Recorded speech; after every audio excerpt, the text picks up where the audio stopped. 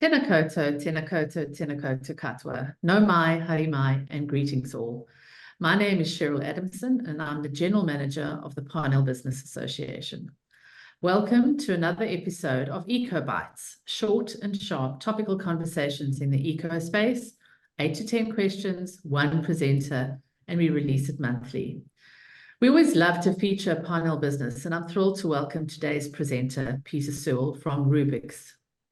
Rubix is a national independent project management consultancy that works on projects of all shapes and sizes, from large port developments to niche expansions, and even the first of its kind New Zealand tourist experience in Queenstown. They say on their website that every project has the ability to make the world work better, which I think is an incredibly positive statement.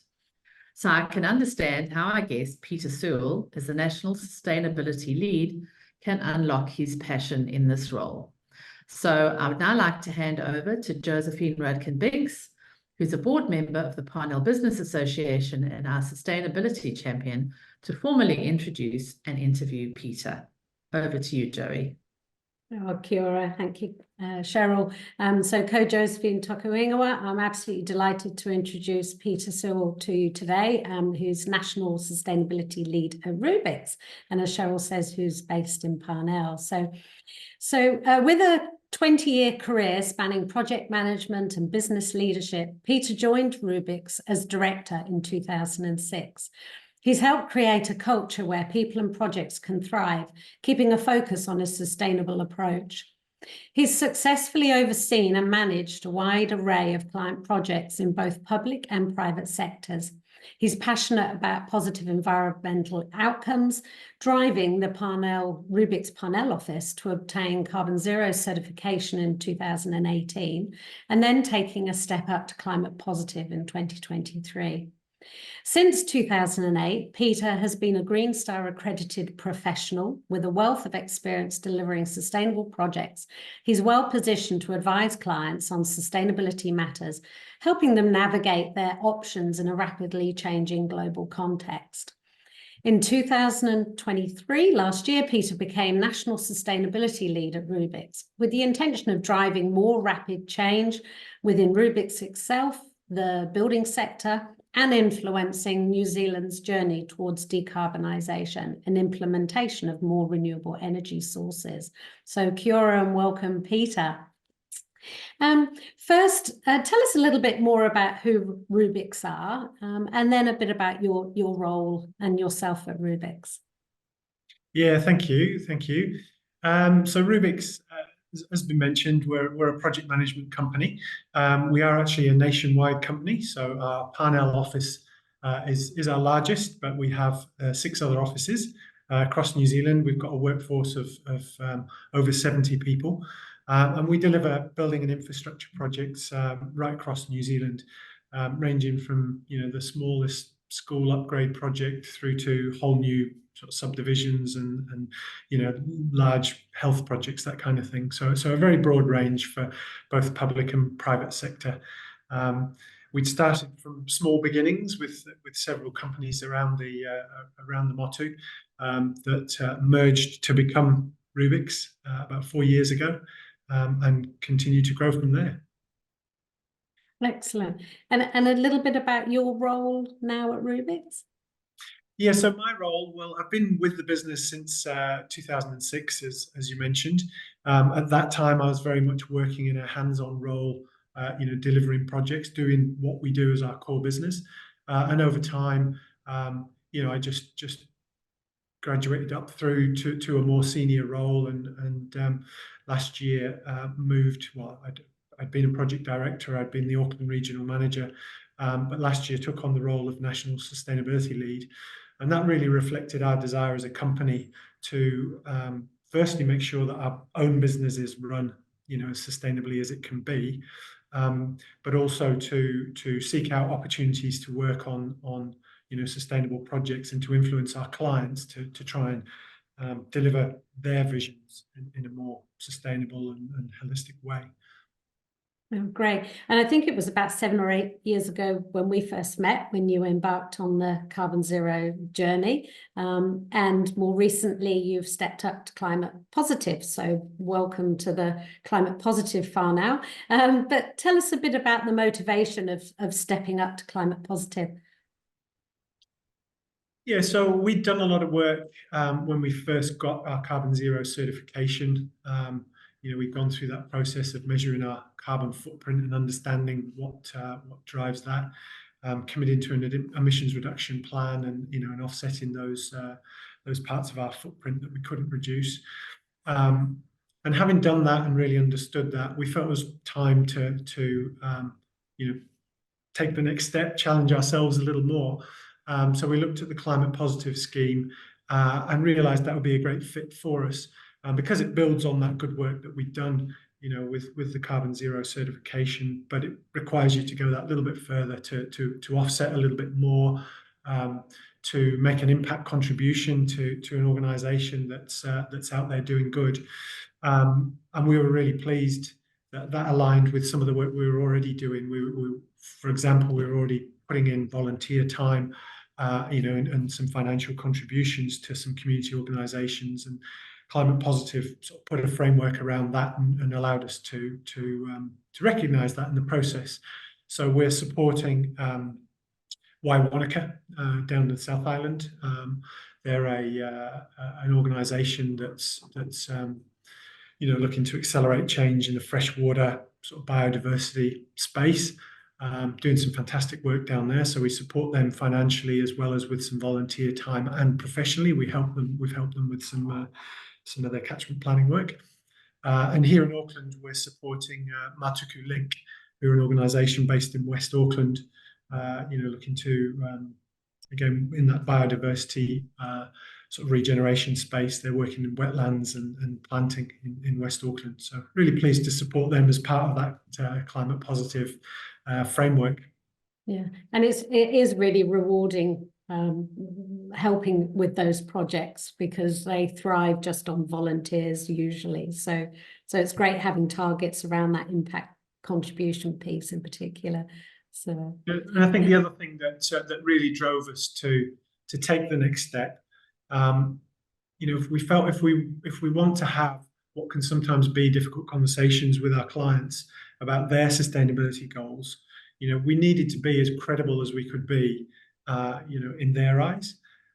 So as a professional services business, it felt like a really good step to go through the climate positive scheme, to get that independent endorsement of what we're doing, to demonstrate that credibility, to say, hey, look, our nest is in order, we're doing what we can, and we know a little bit about what we're talking about, over to you. So that's just something we can reflect to our clients. Yeah, walking the talk is really important, as you say, builds that credibility. So and then part of your new role, you said, is sort of focusing on New Zealand's decarbonisation journey. So tell us a little bit more about that. Yeah, so at a personal level, I feel a kind of responsibility to do everything I can to I guess make sure that my children and their children beyond get to enjoy a similar lifestyle to what I currently enjoy and what my parents enjoyed before me. And there's a little bit of crossover there, obviously, into my professional responsibility. I bring some of that to the role. And I'm really excited about the huge transition that's underway globally, but specifically in New Zealand, to move away from a fossil fuel-based economy to a more renewable, decarbonised, circular economy. And that transition's a huge opportunity for a project management company like ourselves, as there's just going to be a myriad of projects that contribute to that transition. So we'd really like to bring our skills to the fore and give our team, many of whom have got personal sort of interests and commitments like myself, it gives them the opportunity to work on these exciting sustainable projects that are part of this transition. To give you some examples, we're currently working with University of Canterbury. They've committed to becoming a fossil fuel-free organisation, and that involves decarbonising their campuses. Obviously, they're significant property owners and holders. We've worked closely with a consultancy called DETA, who are a real industry leader in that decarbonisation consultancy space, providing the real technical nous and know-how.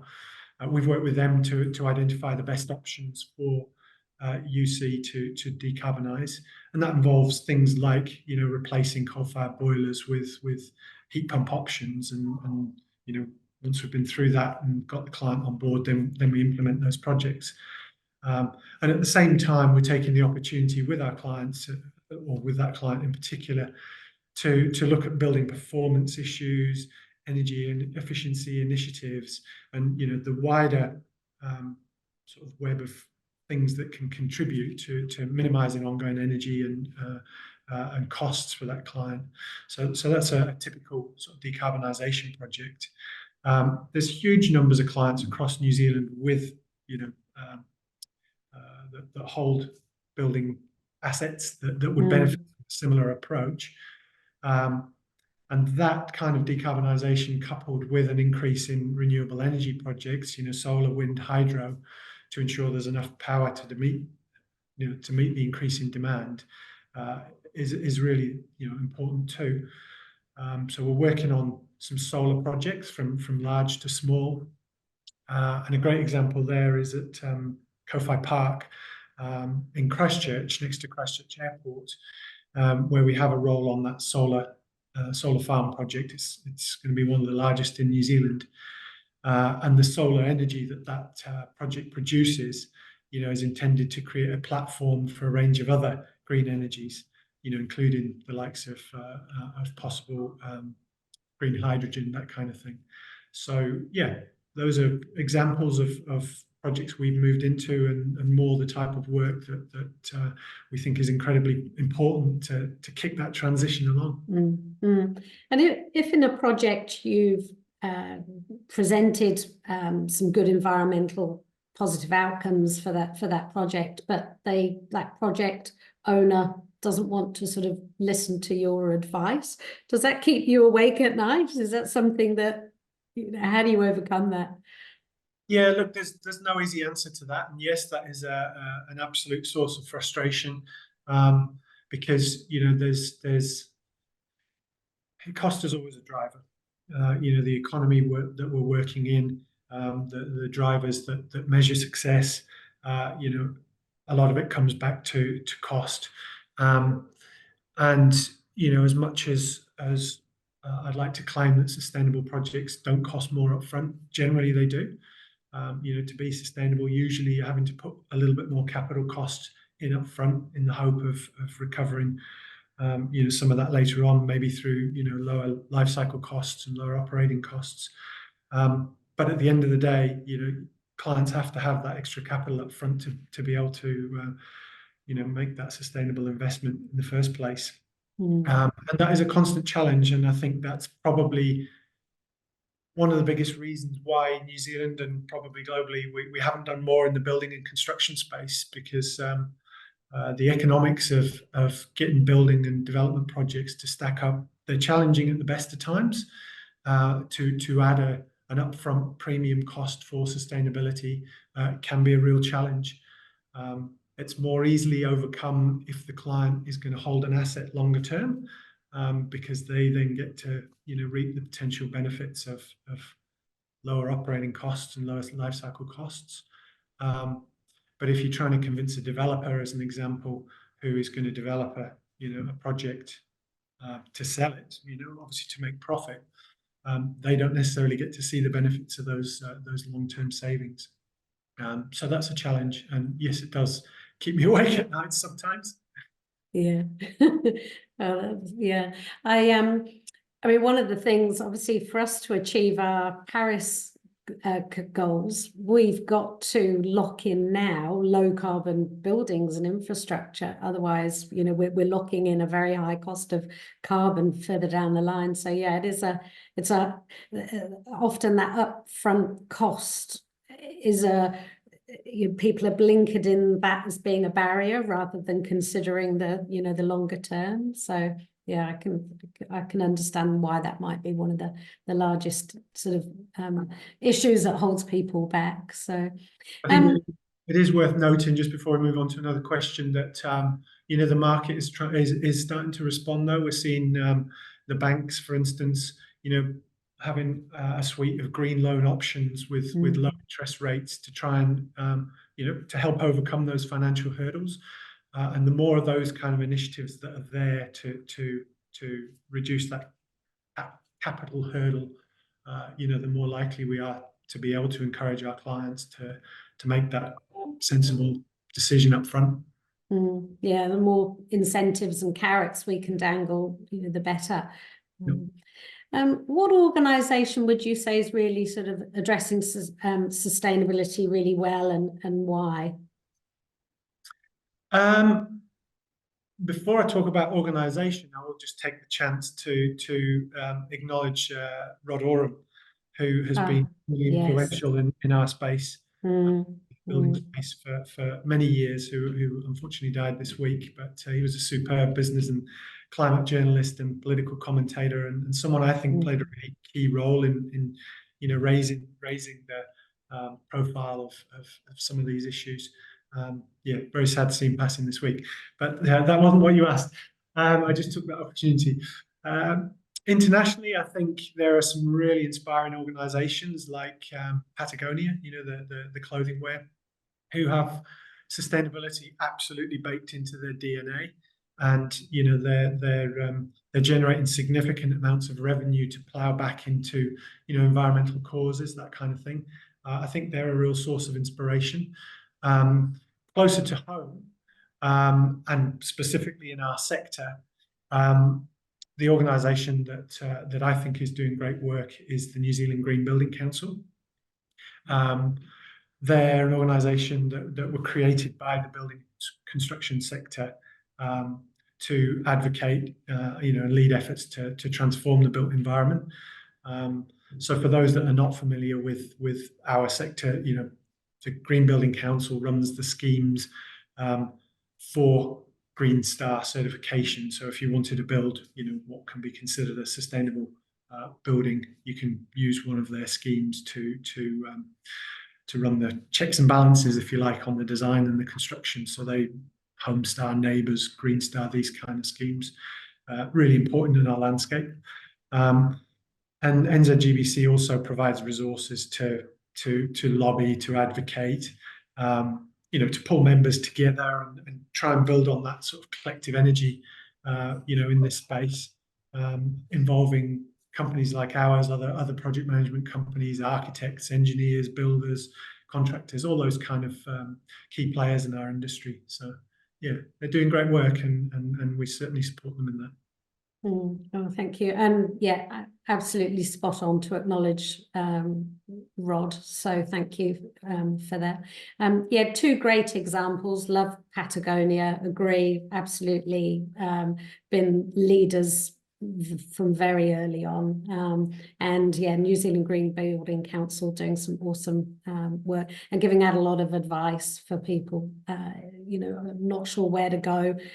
So we'll make sure we share the NZGBC link for anyone that's interested in a bit more information. So just kind of finally now, if there was one piece of advice for businesses from you, Peter, what would that be?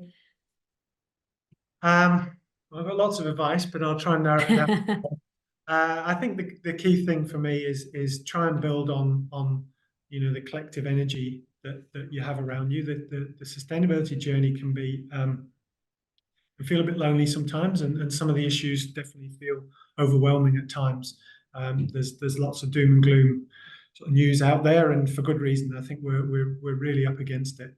So I think as a business, if you want to improve your own sustainability or just be out there making an impact, it's important to find out who in your team, your own organisation, cares, and inevitably there will be people. And once you've identified them, engage them in your efforts to improve, and reach out, directly and through their networks to find out who else is doing good work. because I do think that that collective energy, that collective momentum is so incredibly important given the scale of challenge we've got ahead. That yeah, that would be probably my other piece of advice. Plenty of other advice to offer to anybody who wants to do developments, fit outs, builds, and how that can all be done in a more sustainable way. But that's, you know, I guess that's a business side of things. So we can do that separately if anybody's interested. Awesome. Oh, thank you so much, Peter. And it's really important to highlight the issues of, you know, embodied carbon in buildings, as we're only going to have in the next couple of decades a growing building footprint. So yeah, really important. So thank you for sharing your insights with us today and your tips. So kia ora, Peter, and thank you again for your time. Thank you. Thank you.